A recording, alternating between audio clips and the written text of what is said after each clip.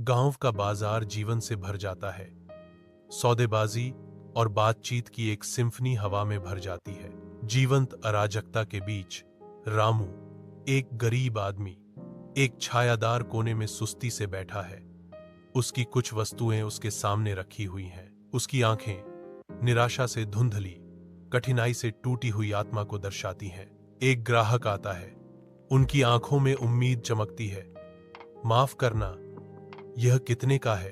रामू की आवाज सपाट है, आशा से रहित। जो भी हो। रामू की उदासीनता से स्पष्ट रूप से आहत ग्राहक पीछे हट जाता है। हलचल भरी भीड़ द्वारा निगल लिया जाता है। एक अमीर व्यापारी, सेठ, गांव के पास आता है। उसकी आंखें जिज्ञासा और गणना के मिश्रण के साथ विनम्र आवासों को स्कैन करती हैं। रामू की फुसफुसाहट सुनने के बाद सेठ उसे ढूंढता है। उसके कदमों की गूंज धूल भरी गांव की सड़क पर गूंजती है। सेठ हलचल भरे बाजार में रामू को देखता है। उसका भाव अपेक्षा से आश्चर्य में बदल जाता है, जो उस आदमी में बिक्री कौशल की कमी को दर्शाता है। सेठ की आवाज आत्मविश्वास से गूंजती है। हवा में एक प्रस्ताव लटका हुआ है।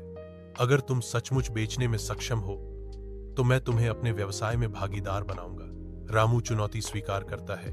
उसके चेहरे पर संकल्प की परत के नीचे संदेह की एक झलक दिखाई देती है। अपने छोटे से घर की धुंध में रामू अकेला बैठा है। उसके कंधों पर पिछली असफलताओं का बोझ भारी है। परछाइयां उसके चारों ओर नाचती हैं, क्योंकि वह अपने राक्षसों का सामना करता है, आलस्य और जिम्मेदारी की कमी। रामू अपनी मुट्ठी बांधता है। उसकी आंखों में संकल्प की एक चिंगारी जलती है, जो अंधेरे को दूर करती है। मुझे इस बार सफल होना होगा, वह कसम खाता है। उसकी आवाज नए दृढ़ संकल्प के साथ गूंजती है। मैं कल से कड़ी मेहनत करूंगा और अपनी प्रतिभा साबित करूंगा।